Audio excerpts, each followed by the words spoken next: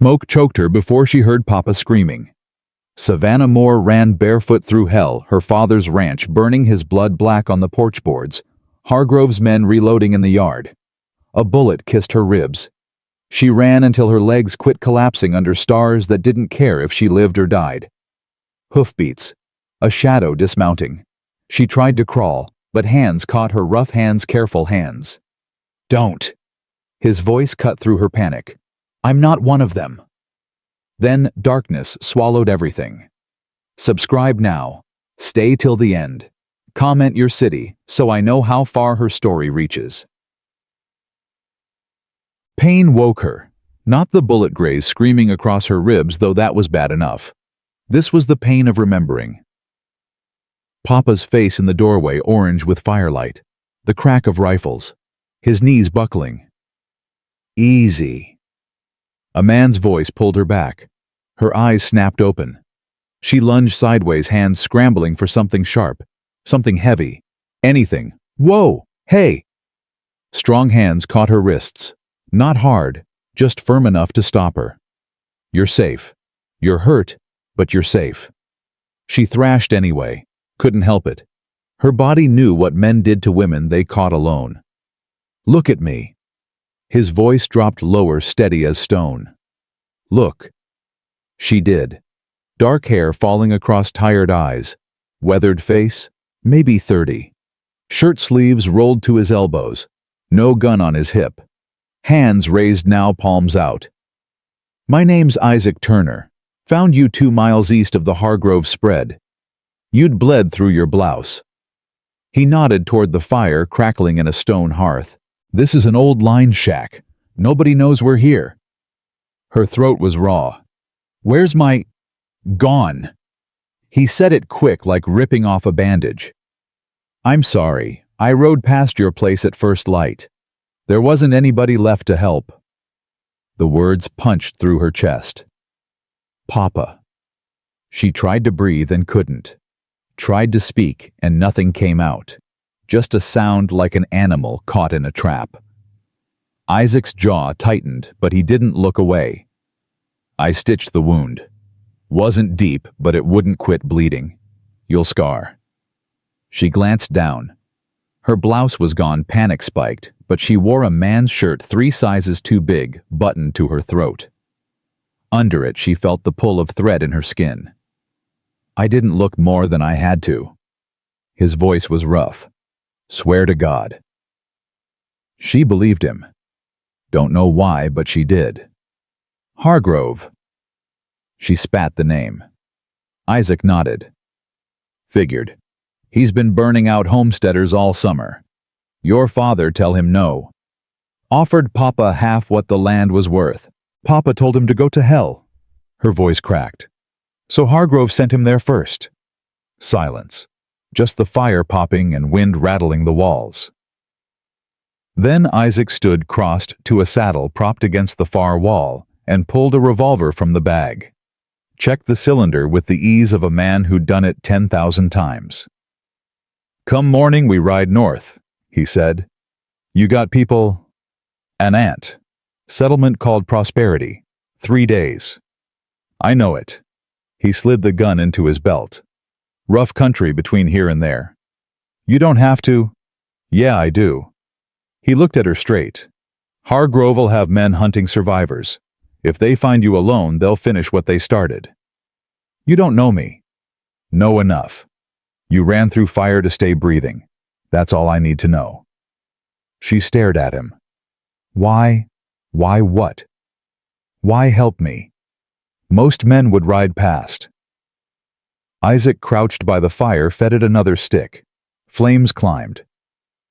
"Used to wear a badge," he said finally. "Kansas. Deputy in a town that didn't want law, just the look of it. Arrested men who paid the judge. Watched guilty men walk while innocent ones hanged." He stabbed at the coals. "One day I figured out I was part of the rot, so I quit. Came west. Thought I'd stay out of other people's trouble. And yet—" "Yeah." A bitter smile. "And yet—" Before she could answer, a sound cut through the night. Horses. Isaac's head snapped up. He pressed a finger to his lips and moved to the door, silent as smoke. Pulled his gun. Peered through a gap in the wood. Savannah's heart hammered against her ribs. Voices drifted closer. Men. Laughing. Saw tracks heading northwest. Probably coyotes, you idiot. Hargrove said, check every shack, every draw. Isaac turned back to her, his face hard. Mouthed one word, quiet. She nodded, pulling the blanket tight, trying to make herself small. The hoofbeats stopped. Right outside. This one's barely standing, a voice drawled. Ain't nobody here. Check it anyway. Footsteps crunched through dirt. Isaac moved fast. Slid along the wall, positioning himself beside the door, gun raised. His eyes met Savannah's across the room. He shook his head once. Stay down. The door rattled. Locked from inside, the voice said. So kick it in. Isaac mouthed a countdown. 3, 2, 1. The door exploded inward. A man stumbled through, big bearded rifle in his hands, and Isaac's gun barrel cracked across his skull before he could shout. The man dropped like a stone. Chet. The second voice wary now. Chet, you all right? Isaac grabbed the unconscious man's rifle, checked the load, and stepped into the doorway. Chet's sleeping, he said calmly. You want to join him? The second man, younger nervous, sat frozen on his horse hand, hovering over his pistol. Don't, Isaac said. I can put 3 rounds in you before you clear leather. We both know it. The kid's hand shook. You killed Chet? He's breathing. Unlike the folks you burned out tonight. Isaac's voice went cold. Ride back to Hargrove. Tell him the girl's dead. Bled out on the prairie. You never saw me. Understand? He'll kill me if I don't bring proof. Then you'd better be convincing. Isaac cocked the rifle. Or I can give you something to be scared of right now. Your choice. The kid wheeled his horse and kicked hard. Hoofbeats faded into the dark. Isaac stood there a moment listening. Then he stepped back inside, dragged the unconscious man outside, and returned, barring the door with a heavy beam. We're leaving, he said. Now. But, now Savannah. He knew her name, must have heard it somewhere, seen it on something. She didn't ask. She pushed herself up. Pain shrieked through her ribs, and she gasped. Isaac was there instantly, arm around her waist, taking her weight. I got you, come on. They stumbled outside together. The bay horse stamped nervously, eyes white. Can you ride? Isaac asked. Have to. He lifted her into the saddle. God, it hurt, then swung up behind her. His arm came around her waist, solid and sure. Hold on. They rode hard into the black. An hour later, Isaac finally slowed the horse. They'd climbed into rougher country, all rock and scrub pine. The prairie lay behind them like a dark ocean. Savannah was shaking. Couldn't stop. The cold, the pain, the fear, it all crashed down at once. Easy. Isaac's voice was close to her ear. You're doing fine. They almost, but they didn't. That boy's going to tell Hargrove? Let him. We'll be long gone. Isaac guided the horse into a narrow draw where wind couldn't reach. Dismounted and helped her down. Can't risk a fire, but we can rest an hour. Her legs nearly gave out. He caught her, steadied her. Sit, he said, spreading his coat on the ground. Drink. She obeyed because her body had nothing left. The water was cold and tasted like metal, but she drank it all. Isaac stood a few feet away watching the horizon, listening. You've done this before, she said. What? Run, hide, fight. He glanced back. Yeah. Why'd you really quit Kansas? Long silence. Then, I shot a kid. 16. He'd robbed a store, pistol-whipped the owner. I cornered him in an alley. He reached for his gun and I fired. Clean shot, center mass. Isaac's voice was flat, empty. Turned out the gun wasn't loaded. He was just scared. I killed a scared kid because I was faster. Savannah stared at him. The law said I was right, Isaac continued. Judge cleared me. Sheriff gave me a commendation. And I knew if I stayed, I'd do it again. I'd become the kind of man who shoots first because it's easier than thinking. He turned to face her. So yeah, I ran. Been running ever since. Until tonight. Until tonight. She didn't know what to say. Didn't know how to hold the weight of what he'd just given her. So she said the only true thing she could. Thank you. Isaac's expression softened. You don't have to. Yes, I do. Her voice shook. You could have ridden past. Could have left me for the coyotes. Instead, you stitched me up, fought off Hargrove's men, and now you're taking me 3 days through hell to keep me breathing.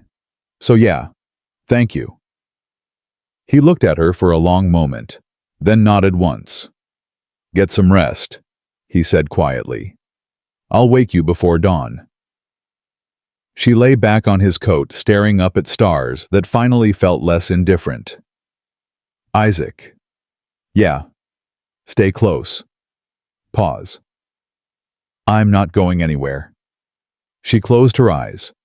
And for the first time in her life, Savannah Moore fell asleep next to a man who didn't want anything from her except to keep her alive. Yeah, gray light woke her. Isaac was crouched 10 feet away, scanning the trail behind them. He hadn't slept. She could see it in the set of his shoulders. How far to prosperity? She asked. 50 miles. Maybe more. He handed her jerky and hardtack. Eat fast. We're exposed here.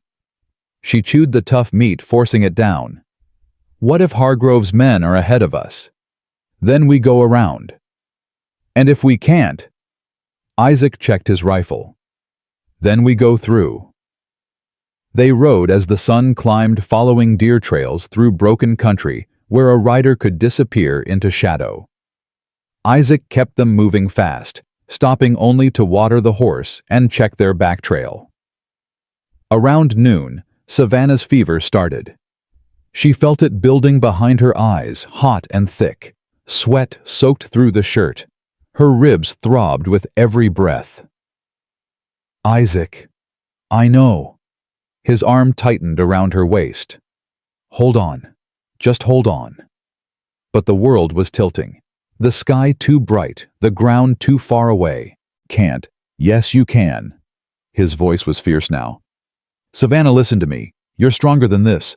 You ran through fire. You survived Hargrove. You're going to survive a damn fever.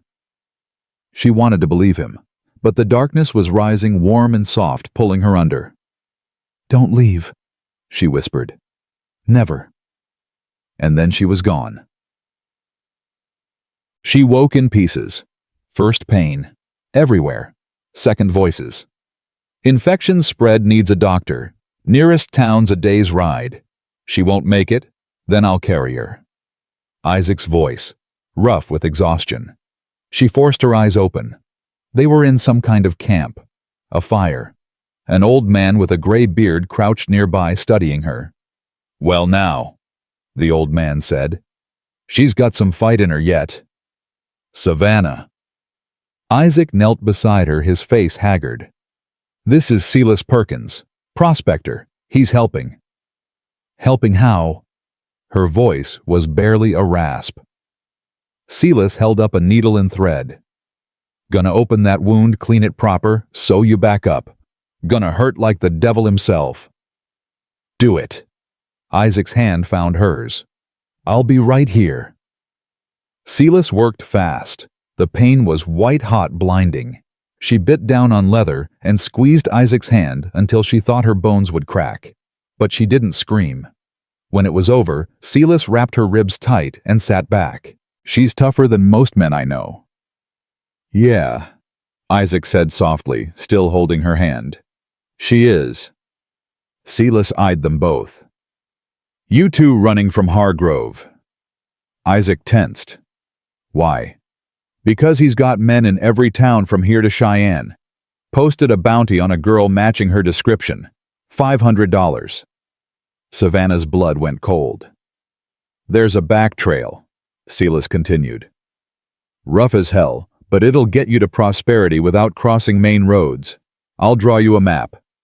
He pulled out a worn blue dress from his pack. And she'll need this. Can't ride into town looking like she's been shot. Why help us? Isaac asked. Silas shrugged. I got daughters. If they were running from a bastard like Hargrove, I'd hope somebody'd help them.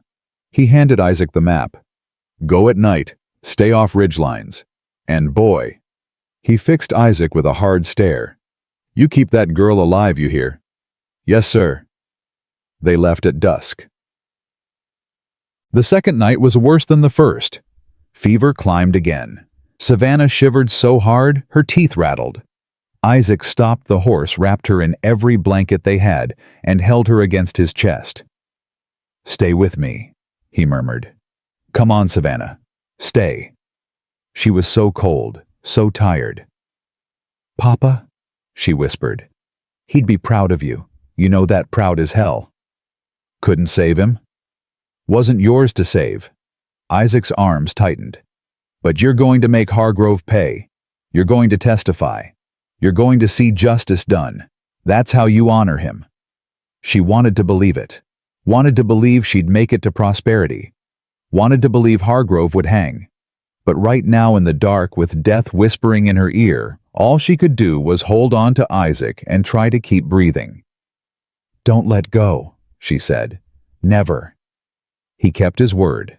All through that long night, as stars wheeled overhead and coyotes sang in the distance, Isaac Turner held Savannah Moore like she was something precious, like she mattered.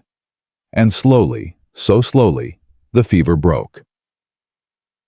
10. Dawn came cold and clear.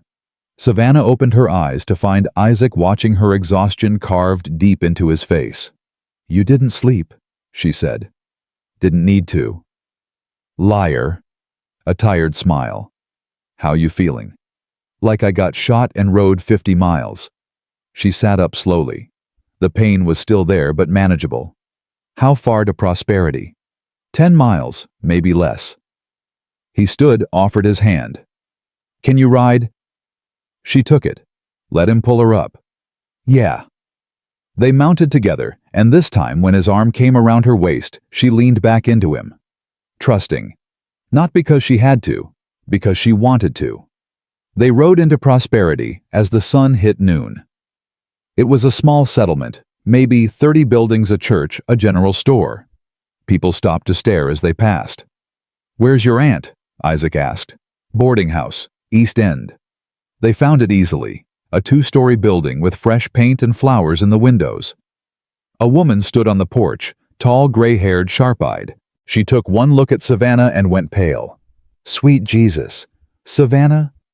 Hi, Aunt Ida. Ida flew down the steps. What happened? Where's your father? Savannah opened her mouth, but nothing came out. The grief hit too fast. Isaac dismounted, caught her as she slid from the saddle. She needs a doctor, he said. And she's got a story that needs telling. Ida looked at him hard. Who are you? Isaac Turner. I'm the man who's going to make sure she lives long enough to tell it. Ida studied him a moment longer. Then she nodded. Bring her inside. Isaac carried Savannah across the threshold, and for the first time in 3 days, she let herself believe she might actually survive this. The doctor's hands were cold. Savannah flinched when he peeled back the bandage, exposing the wound Celis had reopened and cleaned. The flesh was angry red stitches pulling tight.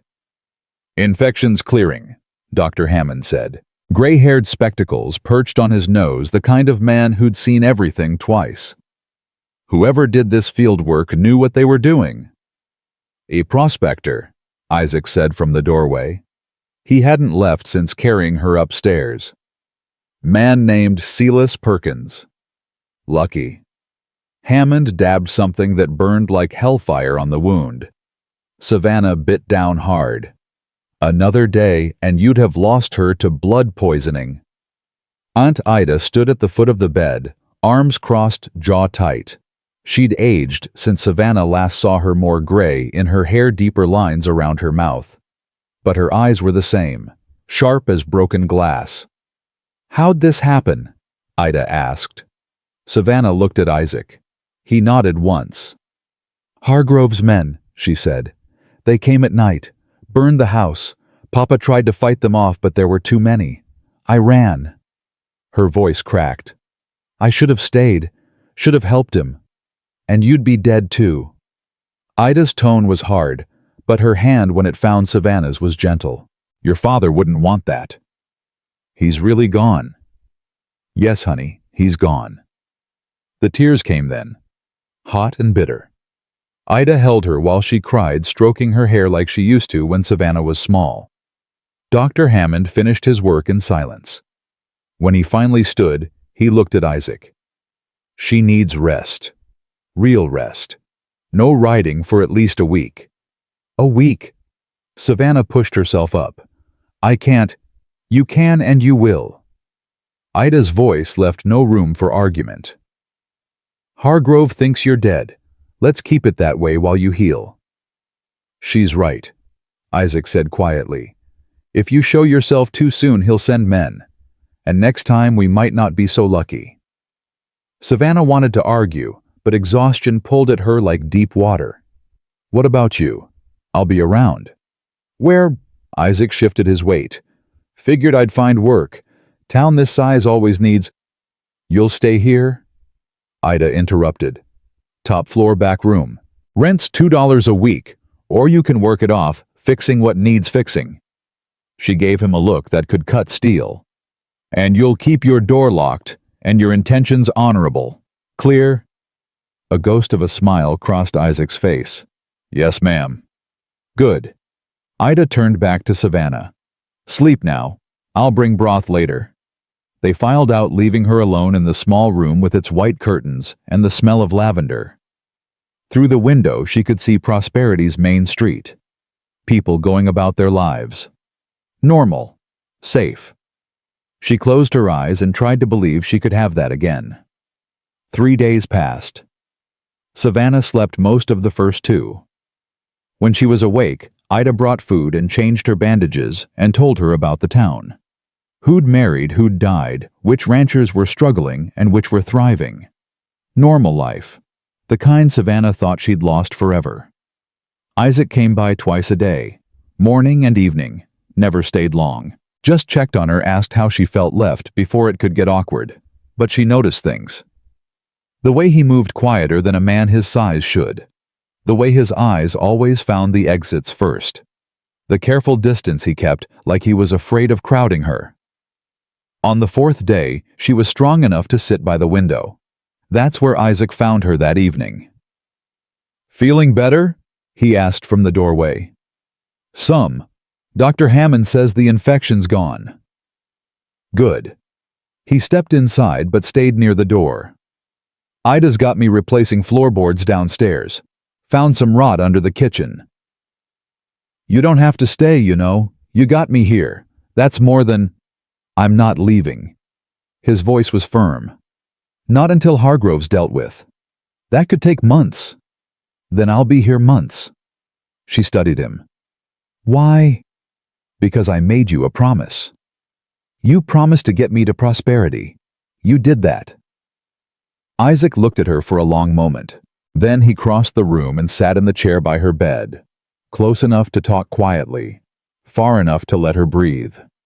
"When I found you on that prairie," he said, "you were dying, and I thought about riding past, thought about how getting involved would complicate things. But then I saw your face, and I just couldn't." He rubbed his jaw. "I don't know how to explain it, but somewhere between that moment and now, keeping you alive became the most important thing I've ever done. So, no, I'm not leaving. Not until you're safe." Savannah's chest felt tight. "People will talk." "Let them. Aunt Ida will have opinions. She already does. Shared most of them this morning while I was fixing her porch rail." That surprised a laugh out of her. "What did she say?" Asked what my intentions were. Told her I intended to keep you breathing. Isaac's mouth quirked. She said that was a good start, but I'd better not mistake gratitude for anything else. Smart woman. Terrifying woman. But he was smiling. They sat in comfortable silence for a while. Outside the sun was setting, painting the sky orange and purple. Isaac. Yeah. When this is over, when Hargrove's dealt with and I can stop running, what will you do? He didn't answer right away. Don't know. Haven't thought that far ahead. Will you go back to Kansas? No. The word was flat, final. Nothing there for me. Then where? He looked at her. Guess I'll figure that out when the time comes. She wanted to ask more, but footsteps on the stairs interrupted them. Ida appeared with a tray. Supper, she announced, eyeing Isaac. You staying or working? Working, ma'am. He stood. Got 3 more boards to replace before dark. After he left, Ida set the tray down and gave Savannah a look. What? Savannah asked. You know what? He's just, I know what he is. Question is, do you? Savannah picked at her food. He saved my life. That he did. And now he's staying in my boarding house, fixing things I didn't ask him to fix, checking on you like clockwork. Ida sat on the edge of the bed. I'm not blind, honey. And neither are you. It's not like that. Maybe not yet. But it could be. Ida's voice softened. Just be careful. Gratitude and love feel similar at first. Don't confuse one for the other. I won't.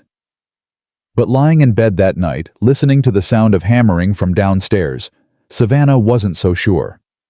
By the end of the first week, she could walk without help. By the second, she was taking meals downstairs with Ida's other boarders. An old prospector named Dutch, a schoolteacher called Miss Sarah, and a clerk from the general store. Isaac ate with them, but rarely spoke. Just listened. Watched.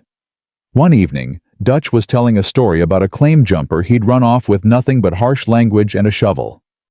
Told him I'd bury him where he stood if he didn't clear out. Did he believe you? Miss Sarah asked.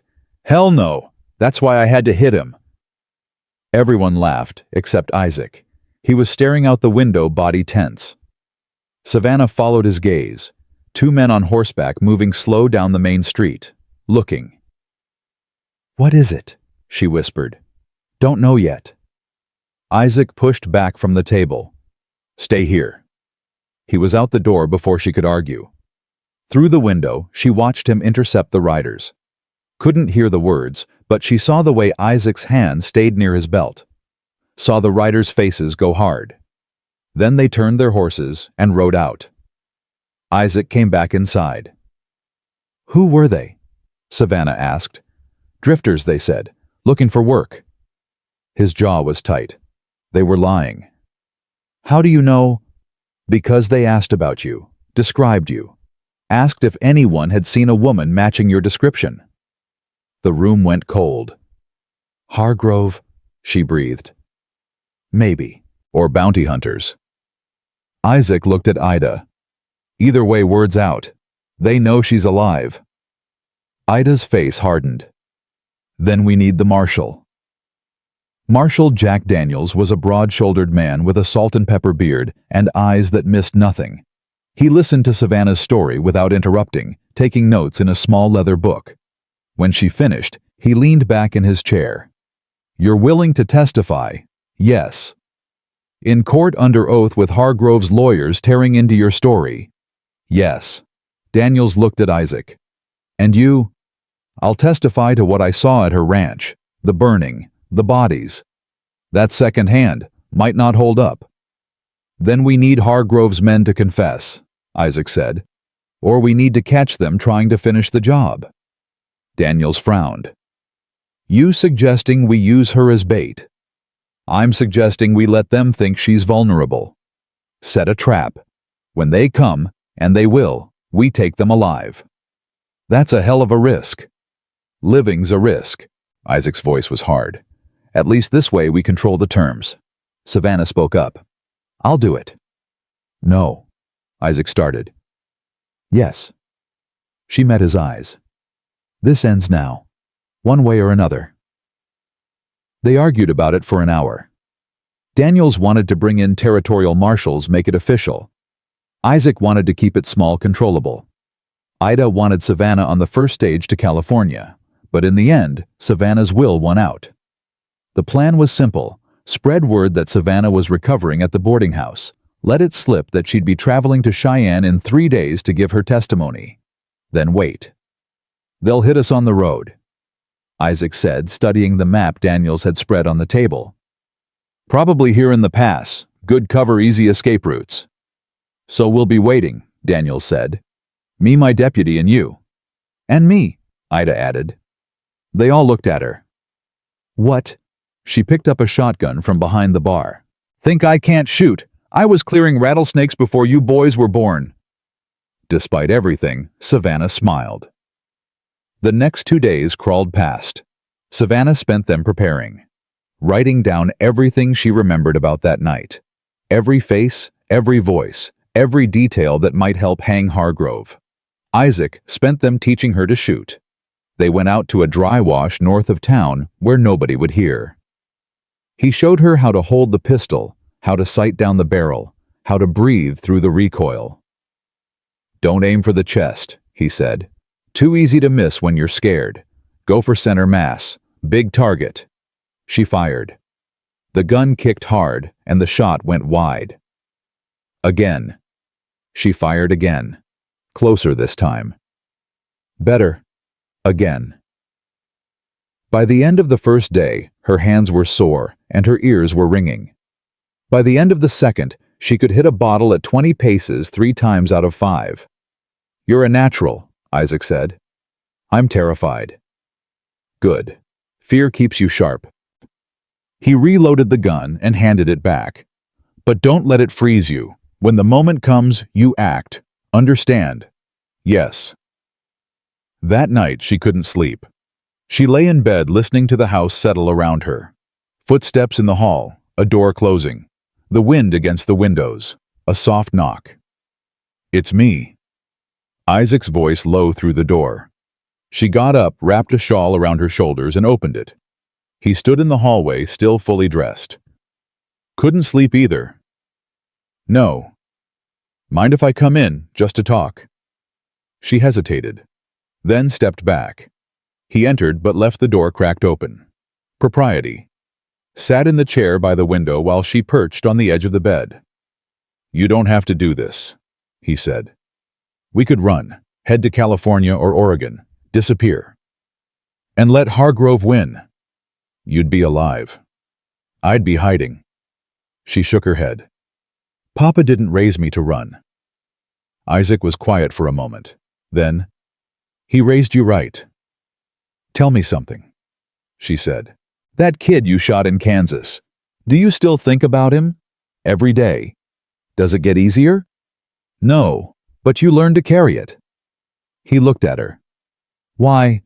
Because after tomorrow I might have to shoot someone, and I need to know I can live with that. You can, because you'll be shooting to protect yourself and others.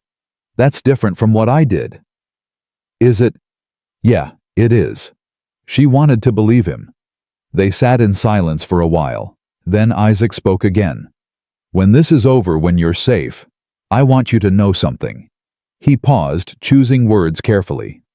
These past 2 weeks being here watching you heal and get strong again, it's been the best thing I've done in a long time, maybe ever.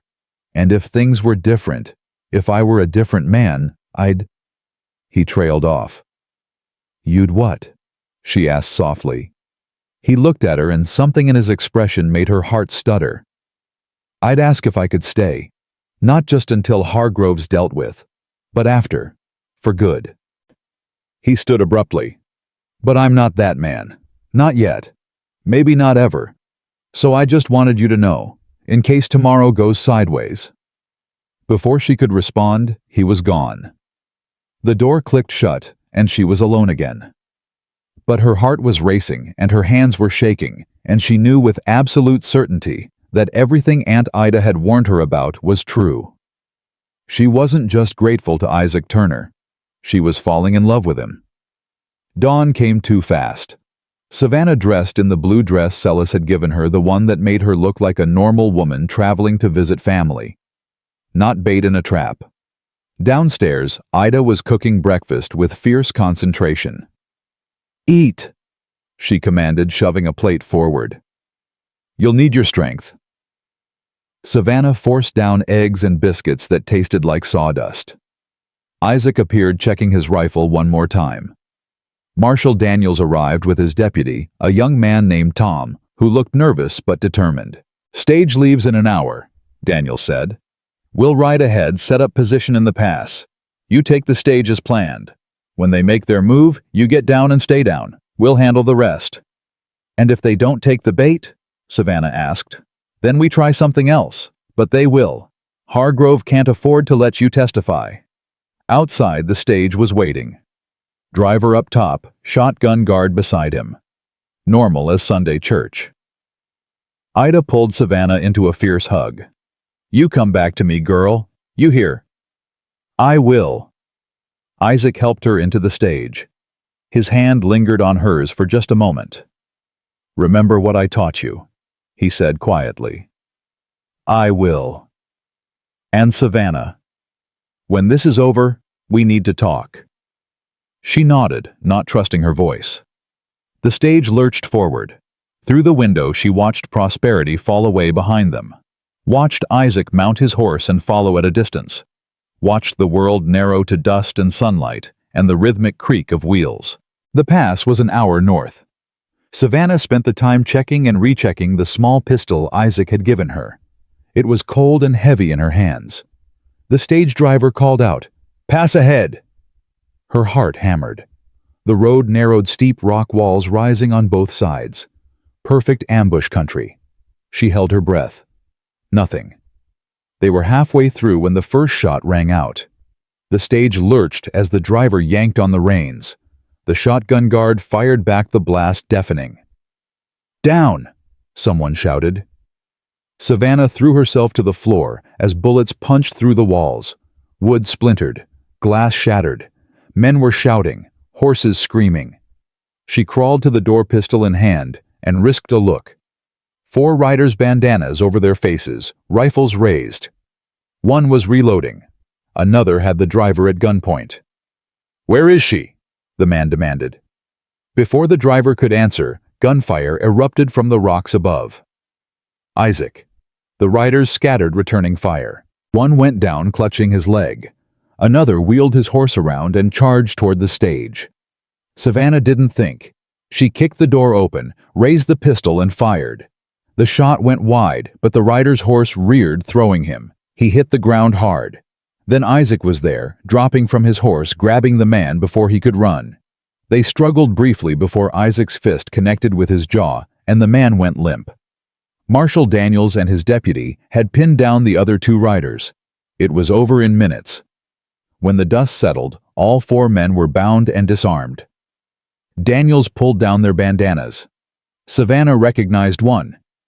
He'd been in her yard the night of the fire. She'd never forget his face. "Talk," Daniels commanded. The man spat blood. "Go to hell." "You first." Daniels hauled him up. "You're going to tell me everything. Who hired you, who gave the orders, who lit the fires? Or I'll charge you with murder and let the judge decide how you hang." The man's face went pale. "Hargrove. It was all Hargrove. Keep talking." And he did. It all spilled out. How Hargrove had ordered the burnings. How he'd paid them $50 a job. How he'd told them to leave no witnesses. By the time he finished, they had enough to hang Hargrove 3 times over.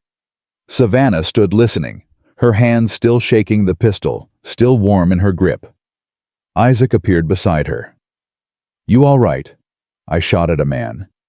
"You protected yourself. That's not the same as what I did in Kansas." She looked at him. "Promise." Promise. And somehow she believed him. They rode back to Prosperity in silence.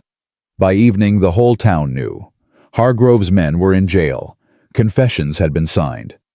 The territorial judge was already on his way. Savannah sat on Ida's porch, watching the sun set, trying to make sense of everything. Isaac found her there. "Mind if I sit?" "Please." He settled beside her close enough that their shoulders almost touched. "You were brave today," he said. "I was terrified."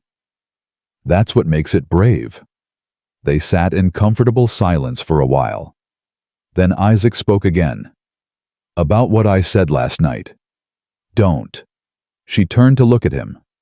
"Don't take it back." "I wasn't going to." His eyes were serious. "I meant every word. But I need you to understand something. I'm not a good man, Savannah. I've got blood on my hands and ghosts in my past. If you let me stay, if you let this become something, it won't be easy." "I don't want easy." Her voice was steady. "I want real. And you're the realest thing I've found in a long time." For a long moment they just looked at each other. Then Isaac leaned in slowly, giving her time to pull away. She didn't. The kiss was soft, gentle. Nothing like she'd imagined a first kiss would be. It tasted like gratitude and hope and the promise of something neither of them dared name yet. When they finally pulled apart, he rested his forehead against hers. "I'm staying," he said. "If you'll have me." "I'll have you."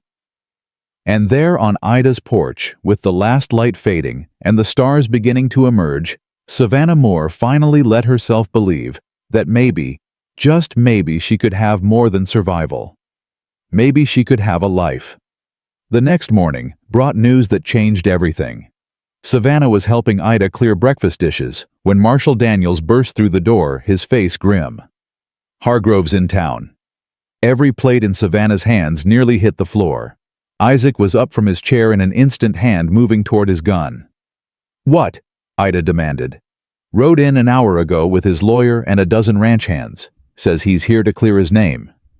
Daniels pulled off his hat, ran a hand through his hair. "Claims those men we arrested were acting on their own. Says he had no knowledge of any burnings." "That's a damn lie," Savannah said. "I know it. You know it. But without more proof than the word of hired guns, his lawyer might get him off." Daniels looked at her. "He's demanding to face his accuser. Wants a town meeting tonight. Public forum." "No." Isaac's voice was flat. "It's too dangerous." "It's the law," Daniels said. "If she refuses to face him, the judge could dismiss the charges, say she's not a credible witness." "She was shot running from his men. Her father was murdered.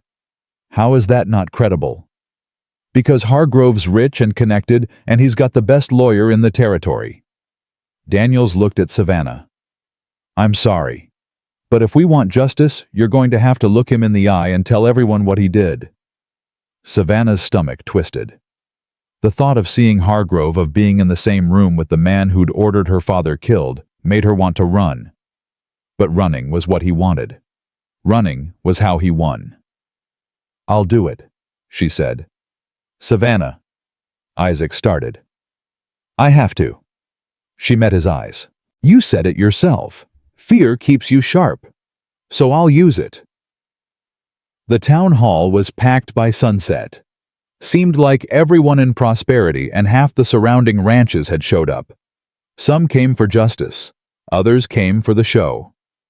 The room buzzed with speculation and anger and curiosity. Savannah sat in the front row between Isaac and Ida. Her hands were shaking, so she folded them in her lap. The bruises on her ribs had faded, but she could still feel the ghost of that bullet tearing through her. The door opened, and William Hargrove walked in. He was exactly as she remembered. Tall, well-dressed, silver hair slicked back. The kind of man who smiled while he crushed you. His eyes swept the room, and when they landed on Savannah, his expression didn't change. Just a flicker of acknowledgement, like she was an inconvenience. A minor problem to be solved. Behind him came his lawyer, a thin man with spectacles and a briefcase full of papers. And behind them, a wall of ranch hands.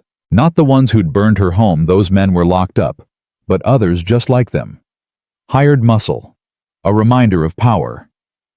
Marshall Daniels called the meeting to order.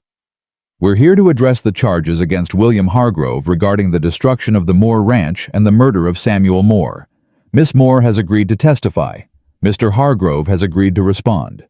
Judge Morrison will hear both sides and make a determination." He looked around the room. "This is not a trial. This is a preliminary hearing. But I expect everyone to conduct themselves with respect. Any trouble, and you'll answer to me." He nodded to Savannah. "Miss Moore, you have the floor." She stood. Her legs felt like water, but she forced herself to walk to the front of the room, turned to face the crowd, faced Hargrove. "3 weeks ago, my father and I were at our ranch. It was late evening. We'd just finished supper." Her voice came out stronger than she expected. "That's when they came. 8 men on horseback. They had torches. They didn't give a warning. They just started burning." "Who were these men?" Daniels prompted. "I didn't know their names then, but 4 of them are in your jail right now. They confessed to everything." Hargrove's lawyer stood. "Objection. Those men have recanted their confessions. They claim they were coerced." "They were caught red-handed trying to kill her," Isaac said from his seat. "That's not coercion. That's consequence." "Mr. Turner is not recognized to speak," the lawyer said coldly. "Then recognize me." Isaac stood. "I was there. I saw the Moore Ranch burning. I found her dying on the prairie with a bullet wound. I heard those men confess to murder, and I'll testify to all of it under oath." Judge Morrison, an elderly man with keen eyes, leaned forward. "You're the one who brought her to safety." "Yes, sir." "And you witnessed the aftermath of the attack." "I did. The house was still burning at dawn. I found Samuel Moore's body on the front porch. He'd been shot multiple times." Savannah's breath caught. She'd known Papa was dead, but hearing it described so plainly, so finally cut her open all over again. Hargrove spoke for the first time. His voice was smooth, reasonable. "Your Honor, I deeply regret what happened to Samuel Moore. He was a good man if stubborn. But I had nothing to do with his death.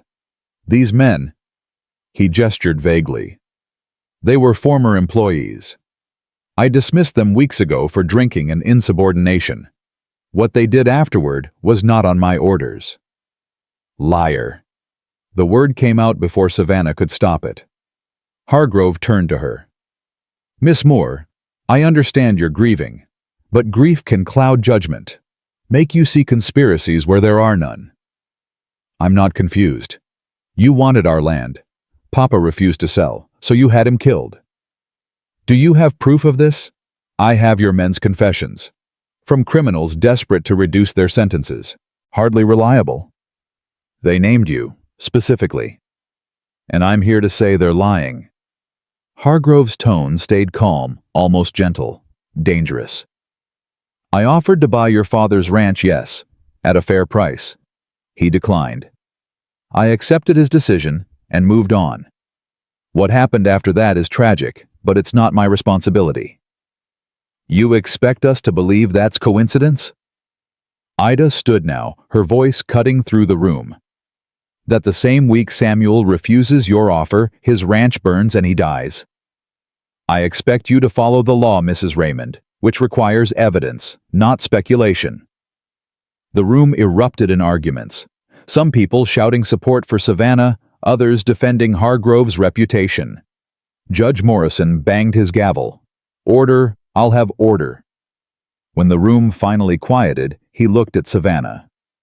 "Miss Moore, I believe you've suffered a terrible loss. But Mr. Hargrove is correct. Without concrete evidence linking him to the crime, I cannot proceed with charges. The confessions are being disputed by the defendants, and without corroboration, they're insufficient." Savannah felt the floor drop out from under her. "So he just walks away. Unless you have additional evidence, my hands are tied." She looked at Isaac. He was staring at Hargrove with an expression that promised violence. She looked at Daniels. The marshal's jaw was tight with frustration. Then she looked at Hargrove and saw it. Just for a second. The smile. The victory in his eyes. He thought he'd won. Something hardened in her chest. a resolve she didn't know she had. "Then I'll get you evidence," she said. "Miss Moore," Judge Morrison started, "I'll get proof, whatever it takes, and when I do, you'll hang for what you did to my father." Hargrove's smile widened. "Is that a threat? It's a promise." The meeting dissolved into chaos. People were shouting.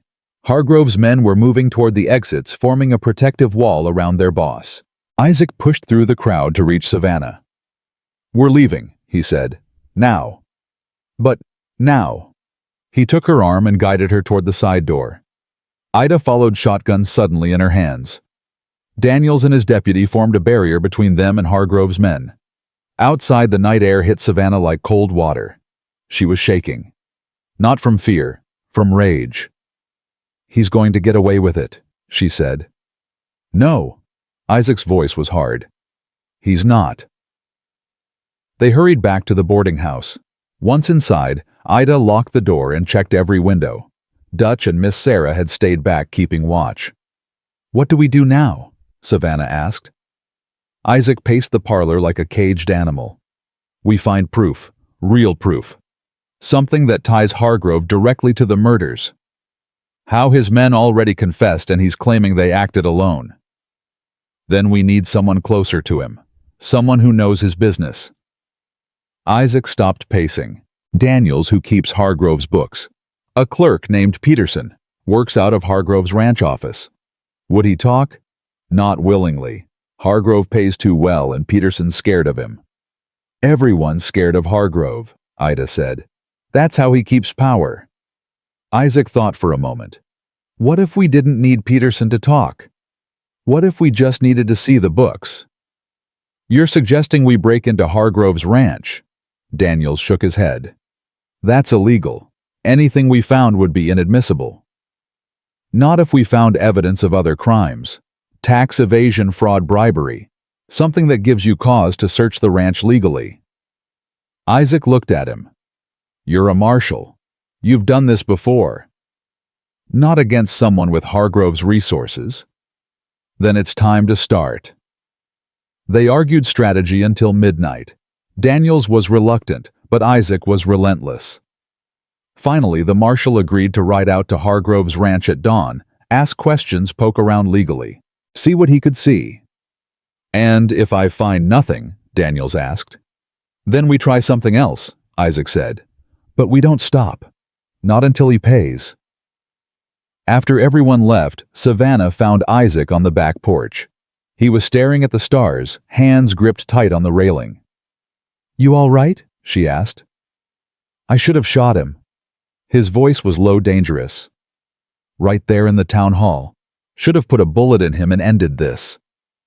That would make you a murderer. I've been a murderer before. What's once more?" "Isaac, don't." He turned to her, and she saw something in his face that scared her. Not anger, purpose. The look of a man who'd made a decision and wouldn't be swayed. "He killed your father, shot you, and now he's standing there smiling like he won." Isaac's hands were shaking.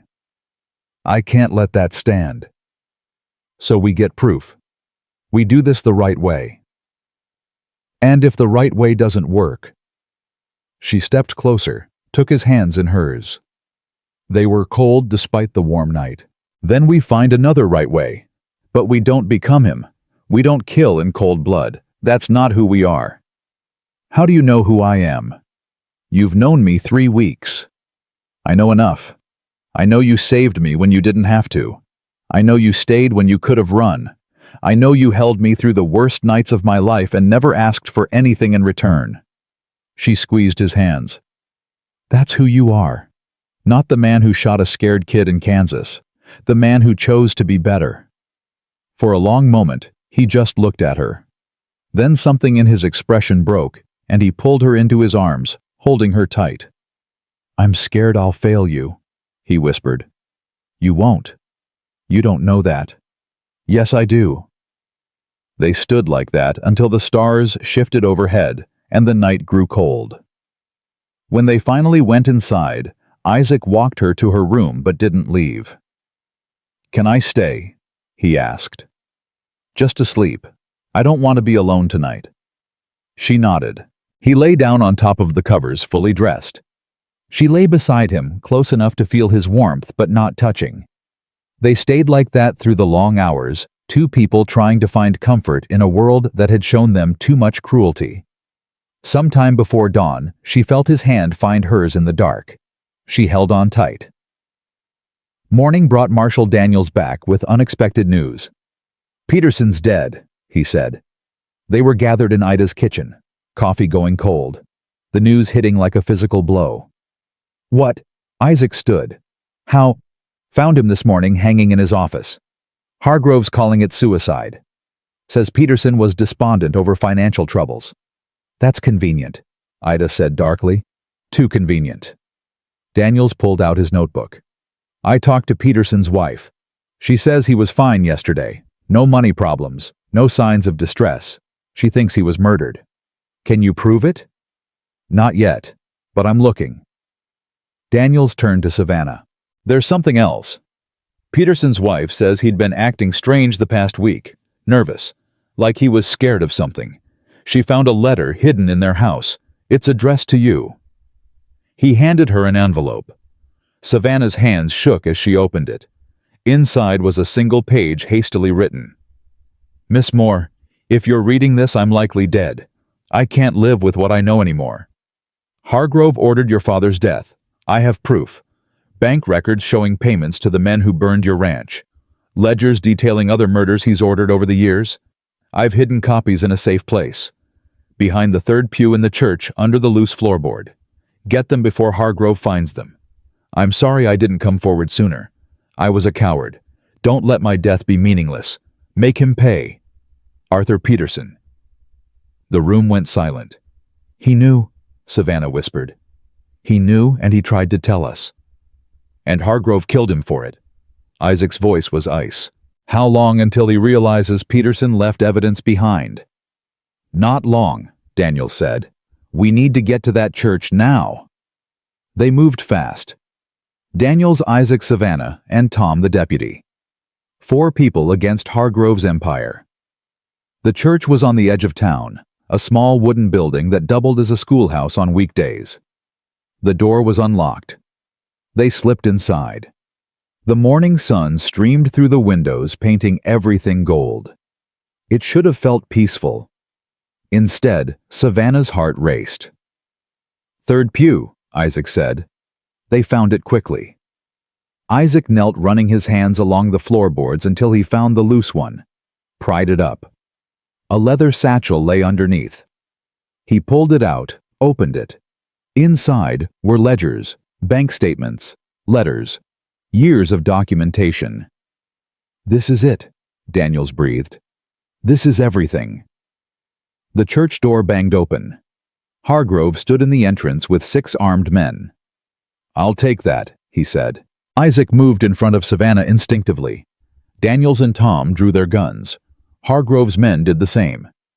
"You're outnumbered, Marshal," Hargrove said calmly. "Hand over the satchel and we can all walk away." "Can't do that," Daniels said. "This is evidence of multiple crimes. You're under arrest." "On what grounds?" "Murder, fraud, conspiracy. Take your pick." Hargrove smiled. "That satchel won't make it to trial. You know that. Accidents happen. Evidence disappears. Witnesses die. Like Peterson." Savannah stepped forward, despite Isaac's warning hand. "You killed him because he was going to expose you." "Peterson killed himself. Tragic, really. Guilt can be a heavy burden." "You're a monster." "I'm a businessman. There's a difference."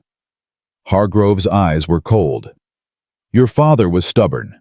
He could have sold at a fair price and lived out his days comfortably. Instead, he chose pride. That's not my fault. You murdered him." "I eliminated an obstacle. In the language of business, that's called efficiency." The words were like a match to gunpowder. Isaac moved before anyone could stop him, crossed the space between them in 3 strides, and drove his fist into Hargrove's face. The older man went down hard. Guns came up all around. "Don't," Daniels commanded. Nobody fires. This church is sanctuary. Not anymore. One of Hargrove's men cocked his rifle. Boss gave the order. Nobody leaves with that satchel. For a frozen moment, everyone stood poised on the edge of violence. Savannah could hear her own heartbeat, could smell gun oil and sweat and fear. Then a voice rang out from the back of the church. "Lower your weapons."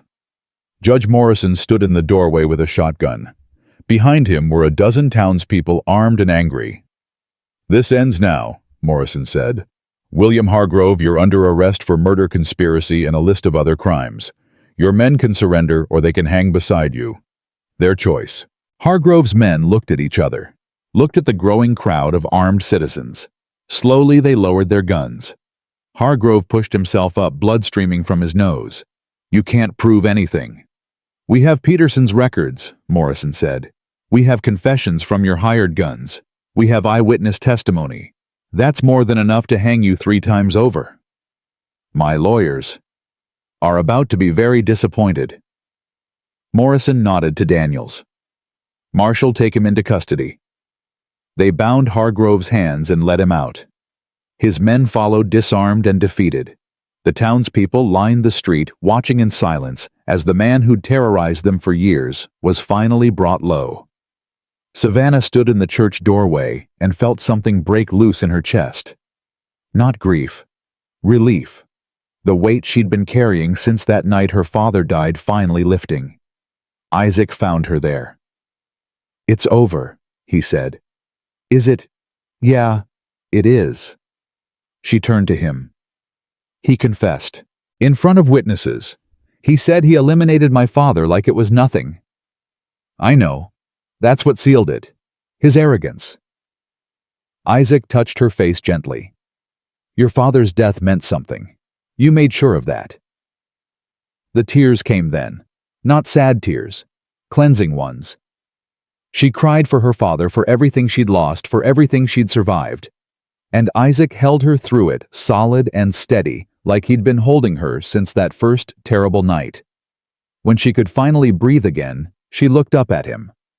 "What happens now? Now we make sure he hangs. Then we figure out what comes after." "And what does come after?" Isaac smiled. "That's up to you." The trial lasted 3 days. Peterson's records were damning. They showed years of illegal land acquisitions, bribes to officials, payments to hired killers. Hargrove's lawyers tried to fight, but the evidence was overwhelming. The 4 men caught ambushing Savannah on the road testified against their boss, hoping for reduced sentences. They described in detail how Hargrove had ordered the Moore Ranch burned, how he'd specified that no one should survive. Savannah took the stand on the second day, told her story from beginning to end, faced down Hargrove's lawyers when they tried to discredit her, remained calm when they called her a liar and an opportunist. "I have nothing to gain from this," she told the jury. "My father is dead. My home is gone. All I want is justice. For him and for every other person William Hargrove has hurt." The jury deliberated for 2 hours, guilty on all counts. Judge Morrison sentenced him to hang. Hargrove showed no emotion as they led him away. Just looked at Savannah one last time and said, "You should have taken the money and run, girl." "My father taught me better," she replied. Outside the courthouse, the town erupted in celebration. People Savannah had never met came to shake her hand, thank her for standing up to Hargrove. Some were crying, others laughing, all of them free for the first time in years. Isaac stayed close but quiet, watching, protecting even though the danger had passed. That night Ida threw a dinner at the boarding house. Dutch brought whiskey. Miss Sarah made a pie. Daniels and his deputy came to celebrate. Even Judge Morrison stopped by to offer his congratulations. "You did a brave thing," he told Savannah. "Not many people would have fought this hard." "I had help." Morrison looked at Isaac. "Indeed you did. Mr. Turner, I understand you're staying in prosperity." "Yes, sir, for now at least." "Good. We could use men like you. Marshal Daniels might have a position available if you're interested."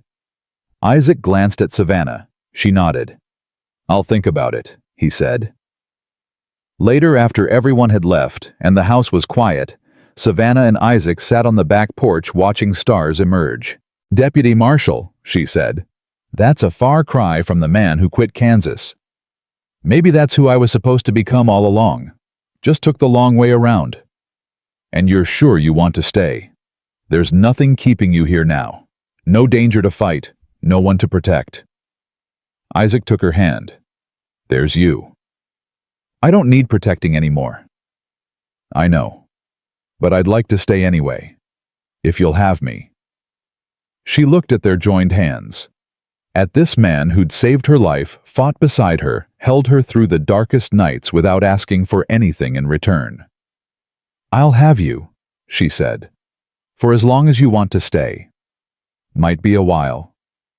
"Good." He kissed her, then properly this time. Not the gentle exploration of their first kiss, but something deeper. A promise being made with touch instead of words. When they finally pulled apart, both breathing hard, Isaac rested his forehead against hers. "I love you," he whispered. Don't know when it happened. Might have been that first night in the line shack. Might have been when you faced down Hargrove in court. But it's true. Savannah's heart felt too big for her chest. "I love you too." Yeah. They sat like that until dawn painted the sky pink and gold, and the world woke up to a new day. A day where William Hargrove was in jail awaiting execution. Where justice had been served. Where two people who'd found each other in the worst circumstances could finally start building something good. It wasn't the end of their story. But it was the end of running, hiding, and fear. And that was enough. 3 weeks passed before the hanging. Savannah spent those weeks trying to rebuild something that resembled a normal life. She helped Ida with the boarding house, took walks through town with Isaac, and tried not to think about the fact that a man would die because of her testimony. She knew Hargrove deserved it. Knew justice required his execution. But knowing didn't make it easier. Isaac noticed, of course. He always noticed. They were sitting on Ida's porch one evening when he finally asked about it. "You having second thoughts?" "About testifying, no." She picked at a loose thread on her skirt. "About watching him hang?" "Yes." "You don't have to go." "I know, but I feel like I should. Like Papa would want me to see it through to the end." Isaac was quiet for a moment. "Your father would want you to do whatever brings you peace. If that means attending the execution, fine. If it means staying away, that's fine too." "What would you do?" "I'd go. But I've got different demons than you." He looked at her. "I've seen men die. Caused some of those deaths myself. So watching Hargrove swing won't keep me up at night. But you're not me. You're better than me." "I'm not better. I'm just different." "Different in all the right ways." She leaned against his shoulder, taking comfort in his steady presence. "Will you come with me if I decide to go anywhere you need me to be?"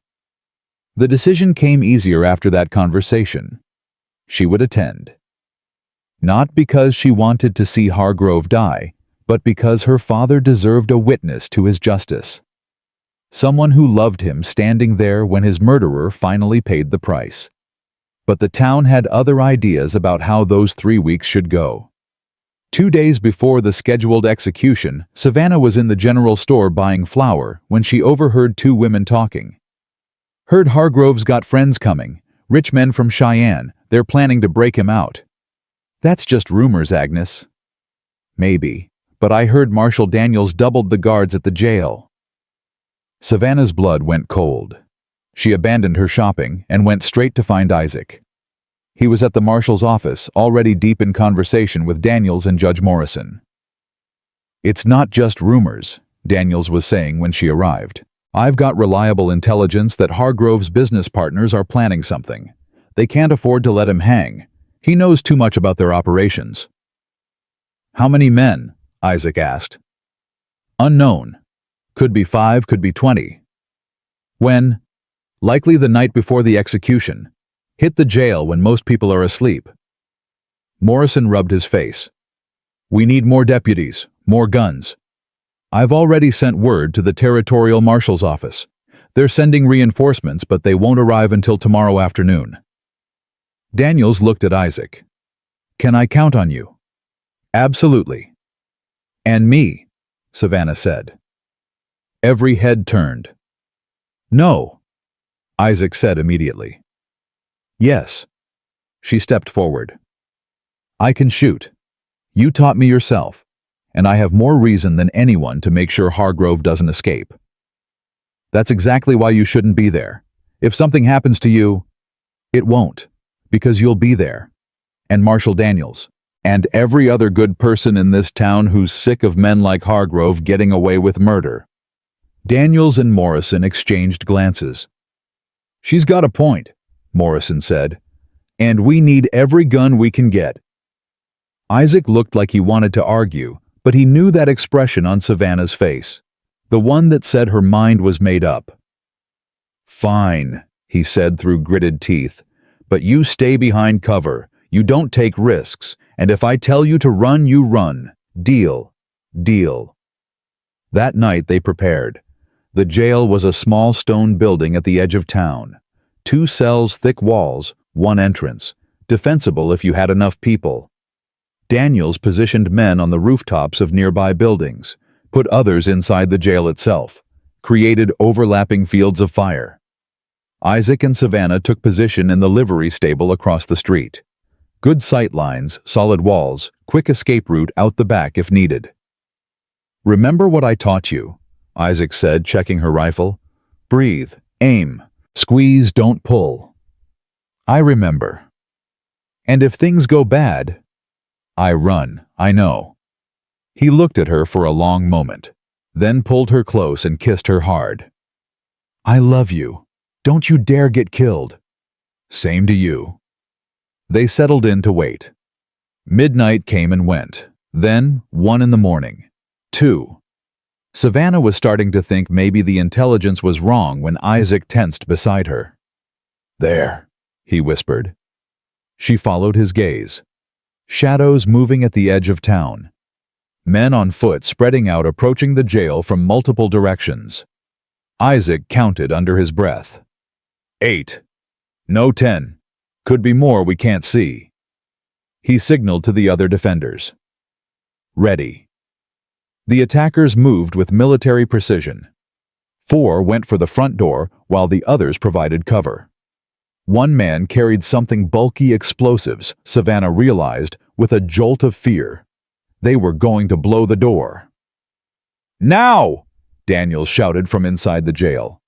Gunfire erupted. Muzzle flashes lit up the night. The attackers scattered returning fire.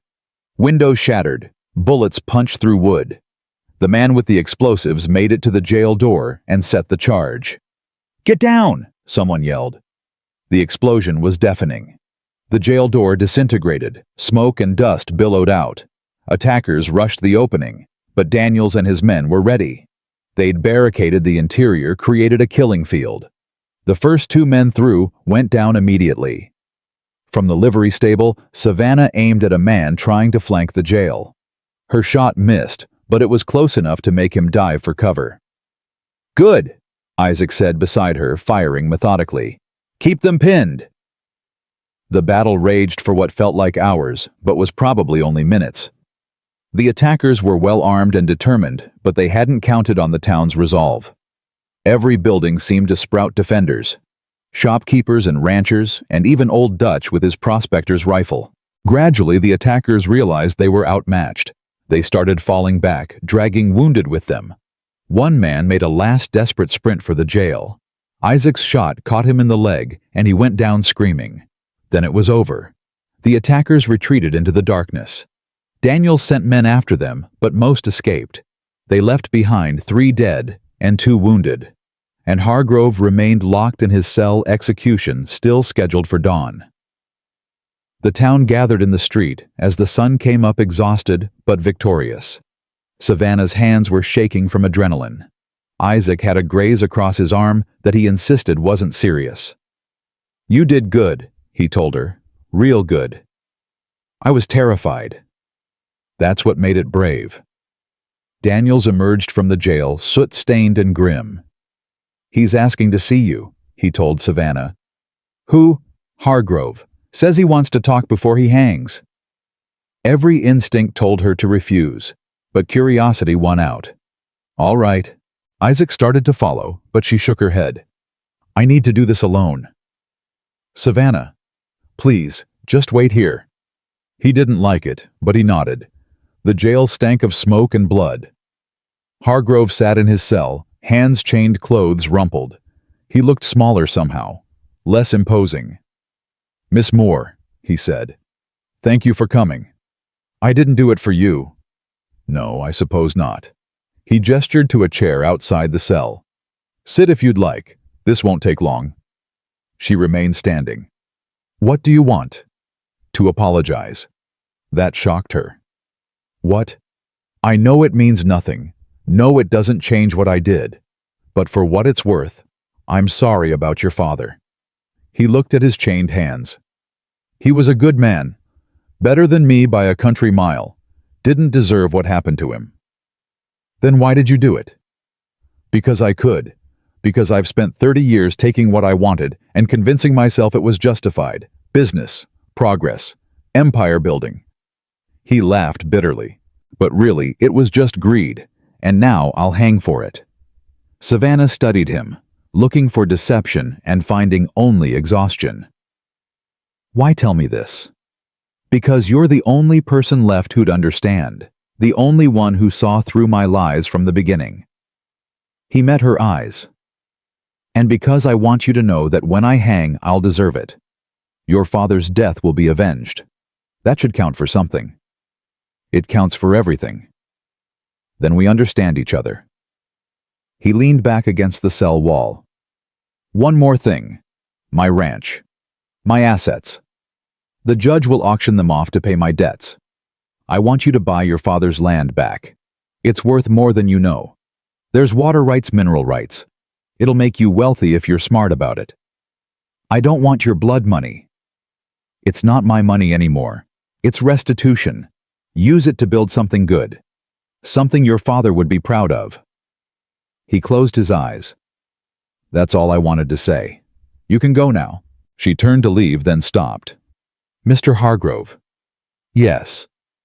I hope you find peace, whatever comes after this. He smiled sadly. That's more grace than I deserve. Your father raised you right, Miss Moore. She left him there and didn't look back. The hanging was scheduled for noon. The whole town turned out, not in celebration, but in solemn witness. This was justice, not entertainment. Savannah stood between Isaac and Aunt Ida, watching as they led Hargrove up the scaffold. He walked steadily, head high. When asked if he had any last words, he looked directly at Savannah. I'm sorry, he said simply. Then the rope went around his neck. The trapdoor opened, and William Hargrove paid for his crimes. Savannah didn't cry, didn't cheer, just stood there feeling the weight of it all.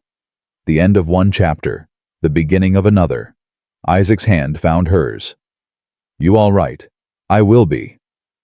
They walked back to the boarding house in silence. Inside, Ida had prepared lunch, but nobody was very hungry. What happens now? Ida asked. Now we live, Savannah said. That's what Papa would want. The next week brought changes faster than Savannah could process. The territorial marshal officially offered Isaac a position as deputy. He accepted. Judge Morrison confirmed that Hargrove's assets would be auctioned. Savannah scraped together what money she had and made an offer on her father's land. To her surprise, the judge accepted a price well below market value. Hargrove's partners want this settled quietly, Morrison explained. They don't want investigations into their own dealings. Selling to you closes the matter, so consider it a gift from a guilty conscience. She took possession of the land 2 weeks later. Standing on the charred ground where her home used to be, Savannah felt tears come for the first time since the hanging. Not sad tears, cleansing ones. I'm going to rebuild, she told Isaac. Not just the house, everything. Make it a place Papa would be proud of. Then let's get started. They worked through the rest of that summer. Isaac proved surprisingly handy with carpentry. Ida brought food and sharp commentary. Dutch and some other townsmen volunteered their time. Even Judge Morrison stopped by occasionally to check their progress. Slowly, a new house took shape. Nothing fancy. Just solid walls and a good roof and windows that faced east to catch the morning sun. One evening, as they were finishing the porch, Isaac set down his hammer and looked at Savannah. "Marry me," he said. She nearly dropped her own hammer. "What will marry me? I know it's fast. I know we've only known each other a few months. But I've never been more sure of anything in my life." He took her hands. "I love you. I want to build a life here with you. Have children, maybe. Grow old watching sunsets from this porch, if you'll have me." Her heart was racing. "Isaac, you don't have to answer now. Just think about it." "Yes." He blinked. "Yes. Yes, I'll marry you." She laughed at the shock on his face. "Did you really think I'd say no? I thought maybe you'd want time to think, or maybe you'd realize you could do better." She kissed him to shut him up. When they finally came up for air, both were grinning like idiots. "When?" he asked. "Soon, before winter. I want to start our marriage in our own house." "Our house. I like the sound of that." They set the date for October. A simple ceremony at the church, just family and close friends. Ida insisted on making the dress. Miss Sarah offered to bake the cake. Dutch promised to provide the whiskey. Marshall Daniels agreed to stand up with Isaac. "About time someone made an honest man of you," he joked. The days leading up to the wedding passed in a blur of preparation and anticipation. Savannah finished the last touches on the house. Isaac took his oath as deputy marshal. Together they picked out furniture, planned for livestock, dreamed about the future. The night before the wedding, Ida insisted Savannah stay at the boarding house. Tradition, she said. Isaac stayed at the marshal's office. "Nervous?" Ida asked as she helped Savannah into bed. "Terrified. Happy. Both." "That's how you know it's right." Ida smoothed the blanket. "Your father would have liked Isaac, would have respected him." "I know. I wish Papa could be here." "He is, honey. In here." Ida touched her heart. "He'll always be here." After Ida left, Savannah lay in the dark, thinking about everything that had happened. The fire, the flight, Isaac finding her on that dark prairie, the journey to prosperity, fighting Hargrove, winning. It felt like a lifetime ago. Felt like yesterday. She touched the scar on her ribs, the one that reminded her she'd survived, that she was stronger than she knew. Tomorrow, she'd marry the man who'd saved her life. Not just that first night, but every day since. The man who'd taught her that love didn't have to hurt. That protection didn't require possession. That strength and gentleness could exist in the same person. She fell asleep smiling. The wedding was perfect in its simplicity. Savannah wore the blue dress Celis had given her, altered by Ida's skilled hands. Isaac wore a new suit that made him look uncomfortable, but handsome. The church was full of people who'd fought beside them, celebrated with them, helped them build a new life. Judge Morrison performed the ceremony. When he asked if anyone objected, Dutch called out, "Only objection is, this is taking too long. I want cake." Everyone laughed. Then Isaac took Savannah's hands and spoke his vows. "I promise to protect you, but not from the world you're strong enough to face that yourself. I promise to love you in the dark times and the light. I promise to be the man you saw in me, even when I couldn't see it myself. I promise to build a life with you that honors your father's memory and our future. As long as I'm breathing, you'll never be alone." Savannah's voice shook when she gave her vows. "I promise to trust you with my heart, which is the bravest thing I've ever done. I promise to stand beside you, not behind you. I promise to love you not because you saved me, but because you taught me I was worth saving. I promise to build a home with you where love is louder than fear, As long as I'm breathing, you'll always have someone who believes in you." When Morrison pronounced them married, Isaac kissed her like he was sealing a promise, which Savannah supposed he was. The celebration lasted until dark. Dutch did indeed provide whiskey, though Ida monitored his consumption carefully. People danced in the street. Miss Sarah's cake was devoured.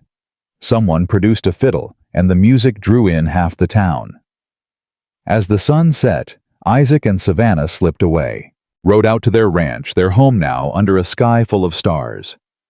Inside, Isaac lit the fire he'd prepared that morning. The house smelled of fresh wood and possibility.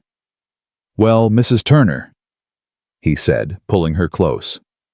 "What do you think?" "I think we did something impossible, turned a nightmare into a dream. We did it together."